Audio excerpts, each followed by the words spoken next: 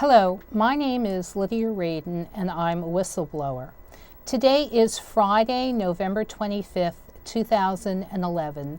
It's the day after Thanksgiving, and I had the great good fortune in this past week to speak with an attorney on the Manhattan City Council who wanted to see page 364 of my criminal trial transcript. This is one sentence that shows that my medical school, the Albert Einstein College of Medicine of Yeshiva University, stipulated, confessed in effect, to making false promises in recruiting students. So they misrepresented the nature of their educational program to me when I was applying to medical school. And what they said was that they would support student research 100%. So they recruited me to attend their medical school based on false promises. This is misrepresentation in violation of 34 CFR section 668.71b. And it would be concern under any circumstances, but the medical school, the Albert Einstein College of Medicine of Yeshiva University, granted me minority student status, not for racial reasons, but for socioeconomic reasons.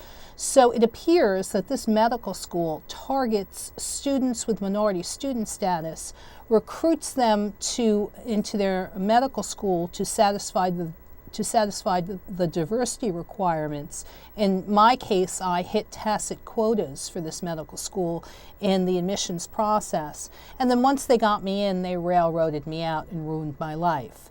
So an attorney who sits on the Manhattan City Council wanted to see this, and I can show this in just a few sentences, just a few short sentences on a few documents that show that the Albert Einstein College of Medicine of Yeshiva University lies to students and lied to me as a prospective student. So I'm going to take you to page 364 of my criminal trial transcript. My medical school pressed false criminal charges against me. They claimed they were annoyed because I was compelled to call the school and ask for my records. My educational records have been falsified, my medical records have been falsified, my financial records have been falsified at this school. And usually what they do is before they set you up, they size you up. And I appeared to this school as easy prey because in the admissions process, and this is an Orthodox Jewish medical school, this is an Orthodox Jewish school that lies. The medical school falsely represented that it was non-denominational. It's not. It's an overtly Orthodox Jewish school. And it appeared to the Orthodox Jewish mentality that I was dealing with that I was easy prey because my father was dead and because my mother had an elementary school education. So it appeared that they could take advantage. And they did.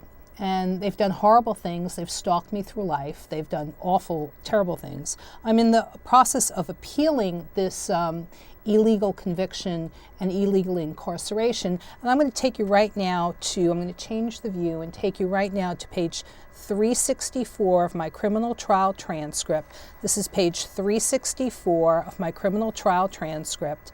And the school stipulated, that means the school agreed, the judge agreed, the prosecutor agreed, me and my attorneys agreed that this was true. So this is in effect a confession, and what the school stipulated to was, and I'm going to read this is one sentence in my criminal trial transcript. What the school stipulated to was, there was absolutely, I'm going to read this to you, there was absolutely no support for her project, contrary to the College of Medicine's promises that they support student research 100%. So this is a violation of section 34 CFR, that's the Code of Federal Regulations, section 668.71b, misrepresentation to prospective students. And let's take a look now at the law. The Code of Federal Regulations is the code that governs the administration of federal student loans. And the portion that's being cited to here, let me just bring up the view just a little bit more. This is the Code of Federal Regulations, Title 34, Education. So this is 34 CFR, Code of Federal Regulations, Part 668, or Student Assistance, General Provisions. This is Subpart F, Misrepresentation. So this is 34 CFR, Section 668.71, and we're going to go to B, which is misrepresentation. And here we go to B, which says the following definitions apply to this subpart. Misrepresentation: any false, erroneous, or misleading statement that an eligible institution makes to a student enrolled at the institution, to any prospective student, to the family of an enrolled or prospective student, or to the secretary. That would be the Secretary of Education, the United States Secretary of Education. Misrepresentation includes the dissemination of endorsements and testimonials that are given under duress. And a prospective student is defined as any individual who has contacted an eligible institution for the purpose of requesting information about enrolling at the institution, or who has been contacted directly by the institution, as for example being invited to an admissions interview. A prospective student is any individual who has contacted an eligible institution for the purposes of requesting information about enrolling at the institution, or who has been contacted directly by the institution or indirectly through general advertising about enrolling at the institution. And substantial misrepresentation, also known as fraud, is defined as any misrepresentation on which the person to whom it was made could reasonably be expected to rely, or has reasonably relied to that person's detriment.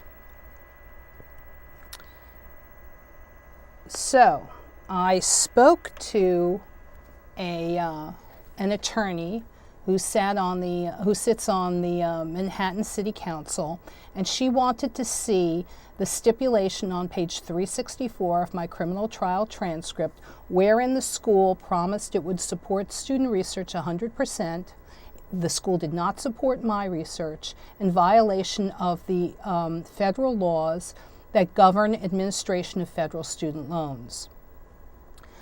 This school discriminated against me so much and held me to different standards that I could not get federal work-study money. Federal work-study money is supposed to be readily available.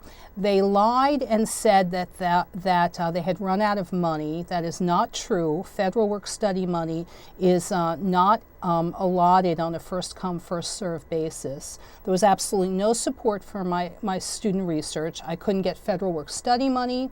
Third-year students who go in and do clinical rotations are given meal coupons. I couldn't even get a meal coupon for something like a hard-boiled egg and a cup of coffee, or a sandwich and a soda. I couldn't get access to federal work-study money illegally. They had discriminated against me and held me to different standards. I had written my own contract, so I could have reasonably written my own. I'd written my own contract before in the federal work-study program. It's very simple to do. I had done it at Columbia. There was a job that I wanted, and the employer was agreeable, and I'd written my own contract to access federal work-study funds to support my work. The Einstein Medical School would not let me do that illegally. They would not let me access federal work-study money. They made up a lie about how they had run out of funds. That's not the way federal work-study money is allotted. Though, according to law, all eligible applicants fill out an application, and then the monies are allotted equitably and equally among all eligible students. So it's a lie that federal work-study money is allotted on a first come, first served basis. and that the school ran out of money. That was just another lie. I was not permitted to apply for in-school grants. I asked to go to the grants office to apply for outside grants. They refused.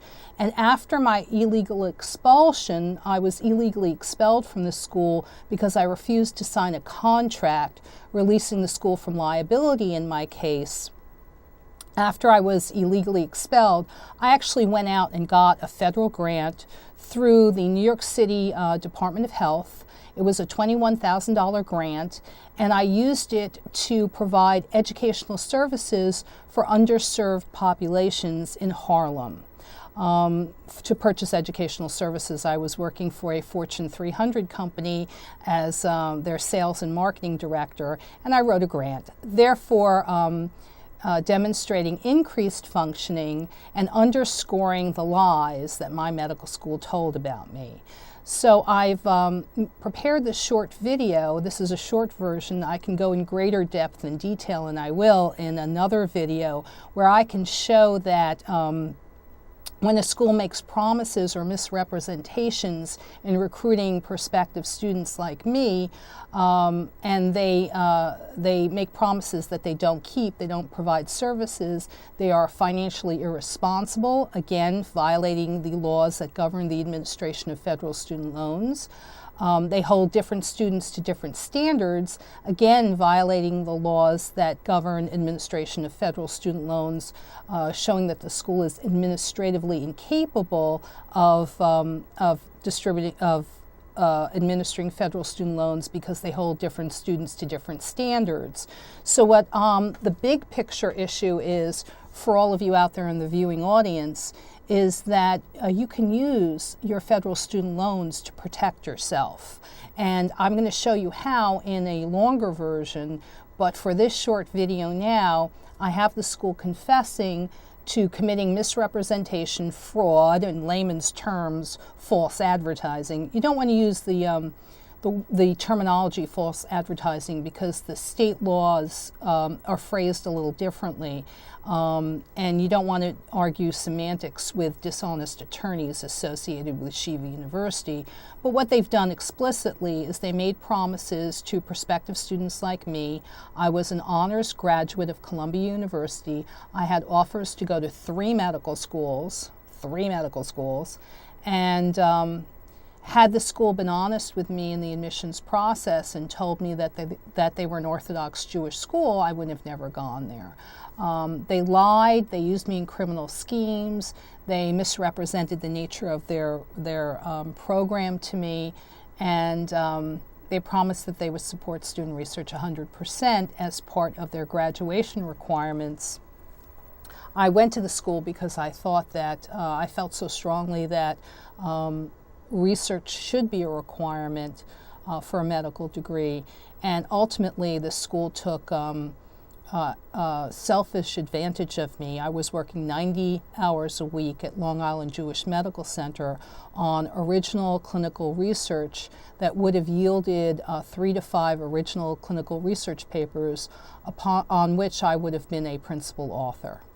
So I've asked the Manhattan City Council to take a look at this, because not only is this medical school making false promises to prospective students, but it appears, as in my case, that they are targeting students with minority student status, and that's wrong.